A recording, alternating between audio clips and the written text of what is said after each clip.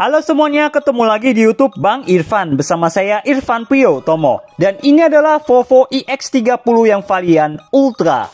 Untuk harga OTL Jakartanya di 1.290 juta rupiah per Juni 2025. Untuk lampu utama, dia menggunakan proyektor LED dengan LED DRL berbentuk Torx Hammer yang berperan juga sebagai lampu sein LED. Di ujung kiri kanan bumper depan ada bolongan untuk mengurangi turbulensi angin ke roda depan untuk menambah aerodinamika. Kondensor 6 titik. Dan untuk grill depannya bobotnya tertutup rapat seperti ciri khas mobil listrik dengan kamera depan untuk kamera 360 di bawah tulisan Volvo. Di belakang kaca windshield depan ada kamera stereo buat fitur ADAS. Yaitu ada Adaptive Cruise Control with Traffic Jam Assist, Lane Keeping Aid, City Safety, Forward Collision Warning, dan lain-lain. Velgnya 19 inci 5-spoke two-tone polish bermodel aerodinamis kayak gini dengan profil ban 245/45 ring 19. Bannya itu memakai Goodyear Performance SUV, rem depan memakai cakram dengan suspensi depan memakai MacPherson Struts. Kaca spion berwarna hitam dengan lampu sein LED, kamera samping dan welcome light LED di bawahnya. Dan ada indikator blind spot information system di dalamnya. Door handles warna bodi mode tarik dengan akses maki mode sentuh di pintu pengemudi. Untuk lem belakang memakai cakram juga dengan suspensi belakang memakai multi-link. Di samping sini ada tulisan EX30 di pilar C. Dan untuk atapnya berwarna hitam, jadi unit mobil Volvo EX30 Ultra ini berwarna dual tone. Sebelum ke belakang, kita bahas dimensinya. Volvo EX30 memiliki panjang 4.233 mm, lebar 1.836 mm, tinggi 1.549 mm, dan wheelbase 2.650 mm. Itu lebih pendek 192 mm, lebih sempit 27 mm, lebih rendah 32 mm, dan wheelbase lebih pendek 52 mm dibanding Volvo EX40. Lampu belakang sendiri menggunakan full LED termasuk untuk lampu sein dan lampu mundur. Ada parkir sensor belakang 6 titik, fog lamp belakang. Dan karena ini mobil listrik tidak diperlukan knalpot. Ada kamera mundur yang posisinya simetris, lampu plat nomor LED, wiper belakang, defogger belakang, high mount stop lamp LED, dan printed glass antena terintegrasi dengan kaca belakang. Serta ini desain belakangnya secara overall.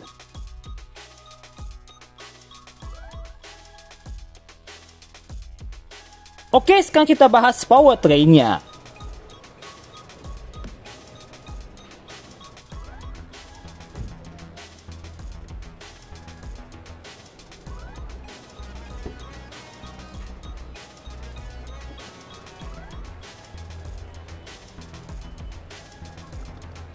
Di balik kap depan ada laci penyimpanan yang cukup oke lengkap dengan gambar Easter egg seperti ini termasuk ada rusa dan siluet dari fascia samping kanan dari Volvo EX30 di baliknya. Buat segi powertrain, Volvo EX30 yang varian Ultra memiliki baterai berkapasitas 69 kWh dengan output tenaga sebesar 200 dk dan torsi 343 Nm serta bisa menempuh hingga 480 km dalam sekali charge menurut pengetesan WLTP. Mobil ini bisa melaju dari 0 ke 100 km per jam dalam waktu 5,3 detik dan bisa meraih top speed hingga 180 km per jam. Untuk ruang depannya sudah ditutup cover yang sangat rapi. Di sini ada pengisian air untuk wiper depan, dan untuk kap depannya sudah cat warna bodi tapi tidak ada pedam, serta sudah tahan sama hidrolik di kedua sisi. Motor listrik ini disalurkan ke dua roda belakang melalui transmisi single gear reduction.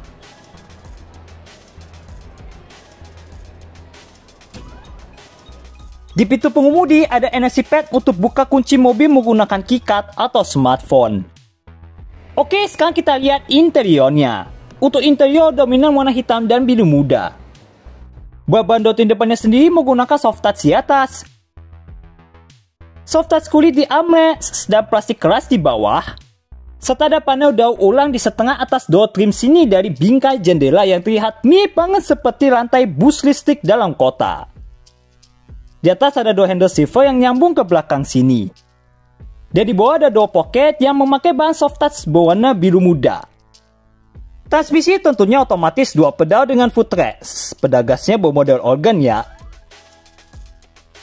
Kisi AC bermodel vertikal yang bisa dibuka tutup. Ada panel daur ulang dari bingkai jendela dan ambient light di dashboard sisi driver.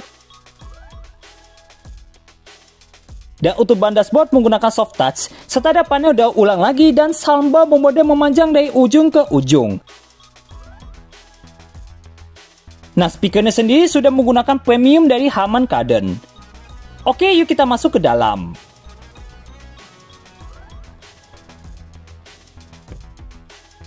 Setirnya 3 palang yang sudah dilapisi kulit dengan sport grip di 10 dan 2. Dan ini bermodel rata di atas dan di bawah spok. Untuk airbag ada 6, 2 di depan, 2 lagi di kiri kanan jok depan, dan 2 lagi di pilar yang memanjang. Di kemudi setir, yang jempol kanan untuk urusan audio steering switch lengkap dengan voice control. Sedangkan yang jempol kiri untuk urusan pilot assist dan tombol custom yang saat ini dipilih untuk pindah antara calm dan surround view atau sebaliknya. Di belakang kemudi setir, di sebelah kiri ada saklar lampu sein dengan fitur one touch turn signal.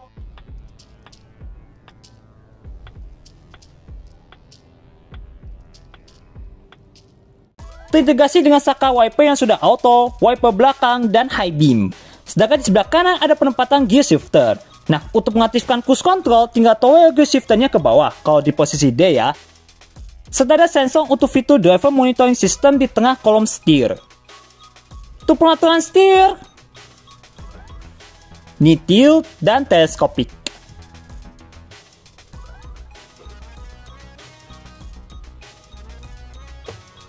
Head unit sudah terintegrasi dengan layar sentuh berukuran 12,3 inci bermodel vertikal seperti Tesla, serta dia sudah mendukung navigasi, Apple CarPlay atau Android Auto secara wireless, over-the-air updates, data seluler, Google Assistant, dan memiliki Harman Kardon Premium Sound sebanyak 9 speaker dengan amplifier sebesar 1040 watt. Ini sekarang berada di main menu yang isinya ada navigasi yang harus disetujui terlebih dahulu sebelum menggunakannya, karena mobil ini masih baru. Ada media, telepon, bisa mengakses ke Bluetooth audio streaming, Google Assistant, kamera 360 yang penampilannya seperti ini. Di menu kamera 360, kalian bisa on-off suara dari sensor parkir, rear auto brake yang mobilnya bakal ngerem secara otomatis kalau ada objek yang menghalangi di belakang, rear cross traffic alert yang bakal dikasih peringatan suara dan mengidupkan indikator blind spot information system di kaca spion kalau ada kendaraan atau pejalan kaki yang lewat dari kanan atau kiri saat membunuhkan mobil, dan bisa mengaktifkan Park Pilot Assist. Nah, layar kamera bagian atas bisa diubah angle-nya dan ada mode 3D view yang bisa diputar-putar kayak gini. Di menu parking settings, kalian bisa memilih visual guideline-nya seperti apa, serta bisa on-off deteksi objek, auto 3D rotating view, dan Park Pilot Assist otomatis aktif saat berada di gigi mundur. Selain itu, ada defog ke depan dan bisa buka glove box di sini.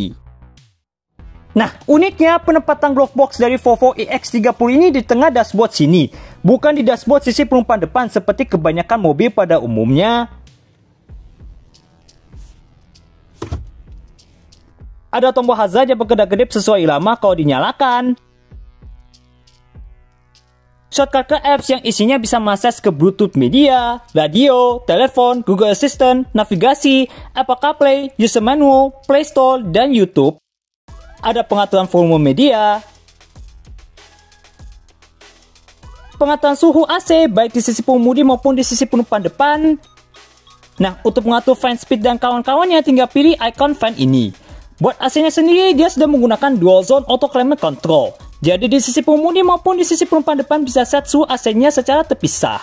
Paling dingin bisa mencapai 15 derajat, sedangkan paling panas bisa mencapai 29 derajat. Serta memiliki alat semburan lengkap ke kaca depan untuk defogger depan dan defogger belakang. Gak hanya itu, dia juga ada air purification terintegrasi dengan AC untuk membunuh virus atau bakteri ke dalam kabin, serta bisa set kapan AC-nya nyala sebelum masuk ke dalam mobil, biar kabinnya cepat adem meskipun sedang parkir di bawah terik sinar matahari. Mantap! Untuk pengaturan fungsi mobilnya berada di dalam layar tengah sini yang diawali dengan Quick Controls. Di menu Quick Controls, kalian bisa ganti profil, pengaturan lampu eksterior yang sudah auto lengkap dengan fog lamp belakang, dan headlamp leveling hingga 5 level. Ada pengaturan kaca spion yang bisa kayang atau menggunakan tombol di sebelah kanan setir. Dan kaca spionnya bisa dilipat di layar tengah sini selain sudah auto folding.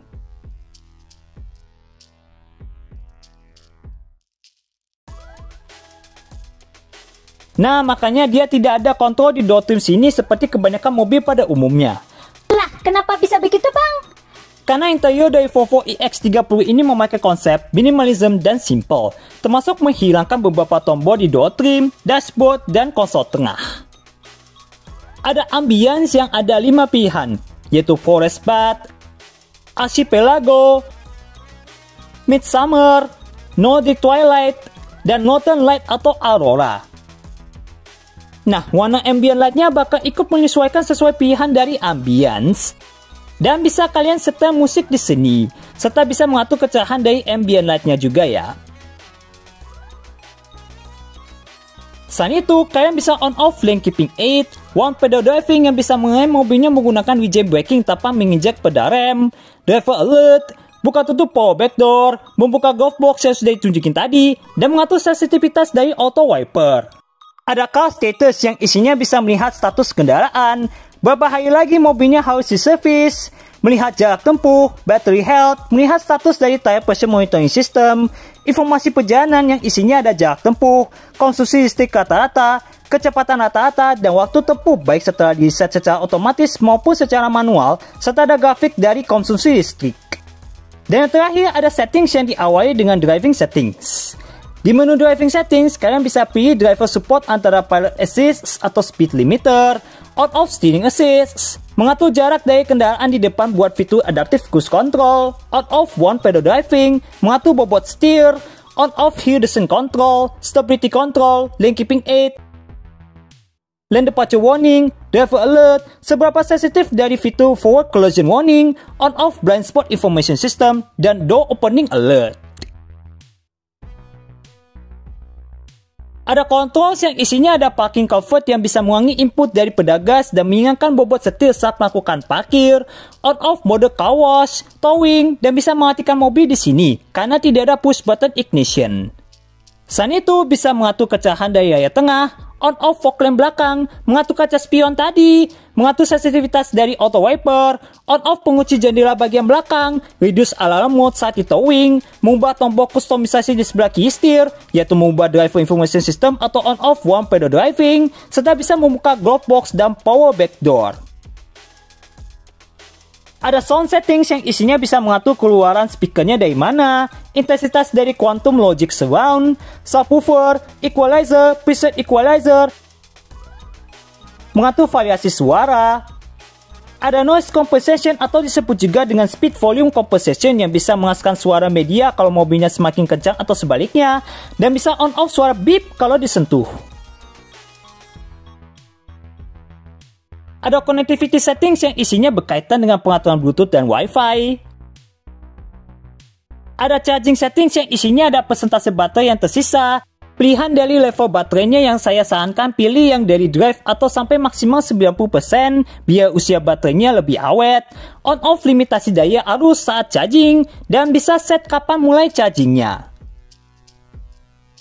Ada profile settings yang isinya berkaitan dengan isi profil, privacy settings yang isinya berkaitan dengan persetujuan, Google Services, dan sistem settings yang isinya bisa ubah bahasa, keyboard, jam tanggal, satuan, app permissions, notification, melihat security update, informasi software, melakukan software update, melihat sisa storage, dan bisa di-set ke pengaturan publik di sini, serta ada shortcut ke home screen juga ya. Kalau kalian swipe dari atas ke bawah, kamu bisa melihat notifikasi. Di bawah sini ada Qi wireless charging di sebelah kiri dan laci penyimpanan terbuka untuk menaruh HP di sebelah kanan. Lanjut ke belakang ada laci penyimpanan terbuka yang di baliknya.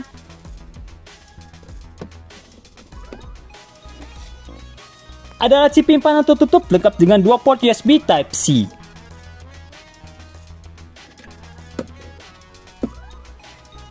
ada dua cup holder yang difungsikan juga sebagai laci penyimpanan kalau cover cup holdernya dimundurkan. Nah, ini bisa dimundurkan kalau kalian mau bawa satu cup holder saja, dan kalau cup holder atau laci penyimpanan tidak kelihatan sama orang lain, ini bisa dimundurkan lagi untuk mengakses ke laci penyimpanan bagian bawah yang lebih leluasa. Sangat cerdas! Selain itu, ada pengaturan power window di konsol tengah yang hanya ada dua saklar, yaitu di kiri dan kanan. Kalau mau mengatur jendela belakang, tinggal sentuh tulisan rear di belakangnya. Setelah dipilih, nah kedua saklar ini bisa untuk buka tutup jendela belakang. Kalau mau buka tutup jendela depan, tinggal sentuh tulisan rear lagi. Dan ada pengunci pintu yang sangat mudah untuk diakses. Armrest untuk penumpang depan menggunakan bahan soft touch yang sayangnya tidak bisa diangkat untuk mengakses ke laci penyimpanan seperti kebanyakan mobil pada umumnya. Untuk jok yang memakai bahan kombinasi antara kulit Nordico dan fabrik rajutan berwarna biru muda atau Volvo disebut juga dengan warna interior Breeze. Headrest untuk penumpang depan fix ya, tidak bisa dinaik turunkan. Seatbelt untuk bangku depan dengan head adjuster. Ini back di pilar B. Sayangnya tidak ada hand grip baik di penumpang depan maupun di penumpang belakang. Ini back di pilar A, dan plafonnya mewah berwarna hitam. Sun visor di sisi penumpang depan lengkap dengan card holder dan cermin, tapi sayangnya tidak ada lampu. Untuk spion tengah sudah memakai frameless auto dimming. Ada lampu baca LED kiri kanan untuk penumpang depan bermodel touch sensitif. Tombol touch sensitif untuk defogger depan, ada indikator passenger airbag, serta ada tombol SOS, hazard, dan roadside assistance. Sun visor di sisi pengemudi lengkap dengan card holder dan cermin. Ini back di sisi penumpang depan, dan ini layout dari door trim depannya. Sip, sekarang kita ke bangku belakang.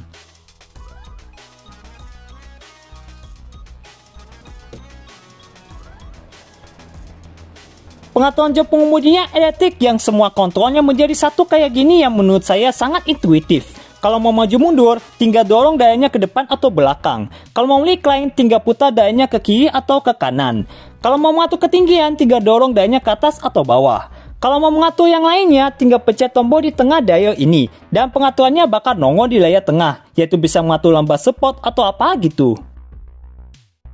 Untuk Volvo EX30 ini diimpor langsung dari Swedia alias CBU, serta ada tulisan EX30 di sisi kiri kanan dashboard.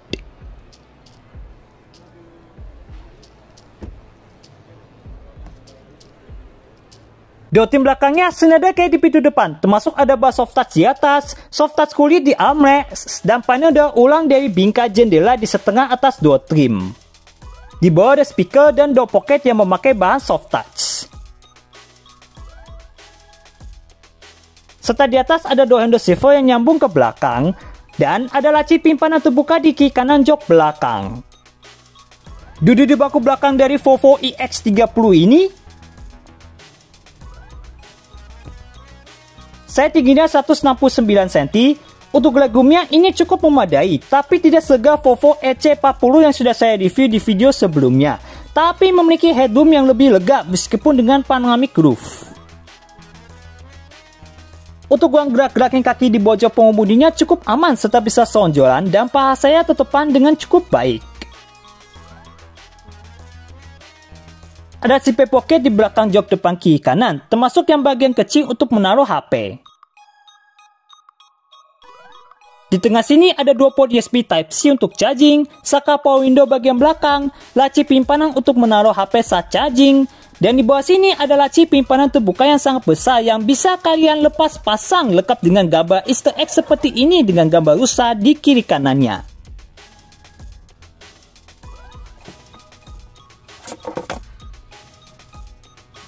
Nah, penggerak belakangnya makanya ada gundukan seperti ini meskipun tidak terlalu tinggi sih. Serta nilai layout dashboardnya dari pandangan belakang. Untuk Volvo EX30 Ultra ini kedapatan panoramic roof yang memanjang dari depan ke belakang sini. Tapi sayangnya kaca ini tidak bisa dibuka alias kaca mati dan tidak ada shade. Jadi siang matanya sedikit masuk ke dalam kabin meskipun kacanya sudah tinted. Di kiri kanan ada kait untuk menggantung ke meja dan lampu baca LED bermodel touch sensitif. Serta ada kait di pilar B. Nearback di pilar C, seatbelt untuk penumpang belakang sudah ditutup cover. Headrest tiga-tiganya disebut untuk penumpang belakang, termasuk untuk penumpang tengah, dan juga kedapatan seatbelt 3 titik semua. Sayangnya tidak ada armrest untuk penumpang belakang, tapi tetap ada isofix untuk jok belakang kiri kanan, serta memiliki pipatan 60-40, serta ada bahan fabric daur ulang di bagian backrest dari jok belakang.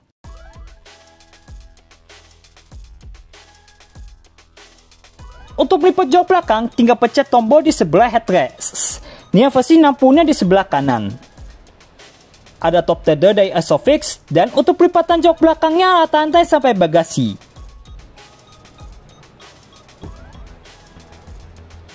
Untuk membuka power back door, selain menggunakan kick sensor atau tombol di layar tengah, tinggal pencet tombol elektris yang tersembunyi di trim berwarna hitam.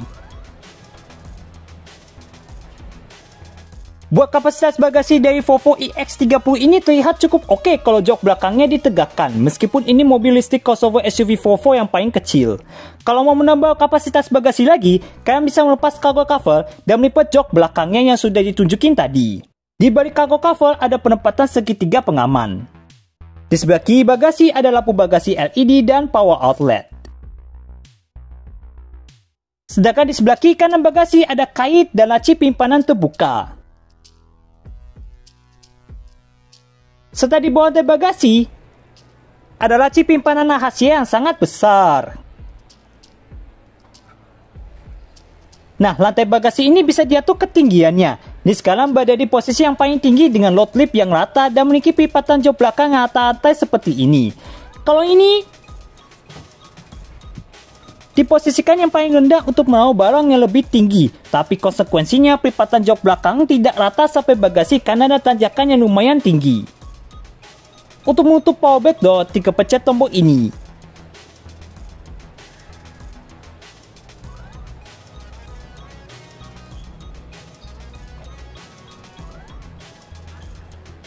Untuk port charging di sebelah kiri bermodel CCS2. Buat pengisian ulang baterai dari kosong hingga penuh menggunakan AC standard charging 11-15 kW dan waktu 6-8 jam. Sedangkan buat pengisian ulang baterai dari 10-80% menggunakan DC fast charging hingga 175 kW dan waktu 28 menit. Tapi dia tidak memiliki vehicle to load seperti pada mobil listrik dari China atau Korea.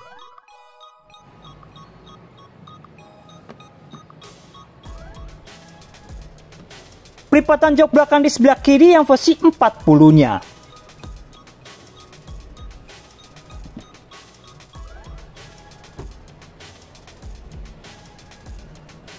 Serta nilai layout dashboardnya dari sisi penumpang depan. Pengaturan jok penumpang depannya elektrik juga dengan pengaturannya yang sama persis seperti pada jok pengemudi, termasuk ada head adjuster dan lumbar support 4 arah. Serta ada airbag di kiri kanan jok depan dan airbag di sisi penumpang depan bisa dimatikan di sini.